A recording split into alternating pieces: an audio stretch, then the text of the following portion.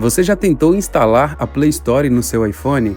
A verdade é simples, não tem como instalar a Play Store no iPhone. Ela é exclusiva do Android. O iPhone só usa a App Store, que é da Apple, mas você pode usar os aplicativos da Google, como por exemplo YouTube, Gmail, Google Maps, Google Drive, Google Chrome. Tudo isso está disponível de graça na App Store oficial. Cuidado com sites que prometem baixar a Play Store no iOS. Eles podem ser falsos e perigosos, podem roubar seus dados ou instalar vírus. Quer usar seu iPhone com segurança? Baixe só pela App Store. Eu espero que este vídeo tenha sido útil. Se você gostou, curte, compartilha, comenta, se inscreve no canal. Eu vou ficando por aqui, um forte abraço a todos e até o próximo vídeo.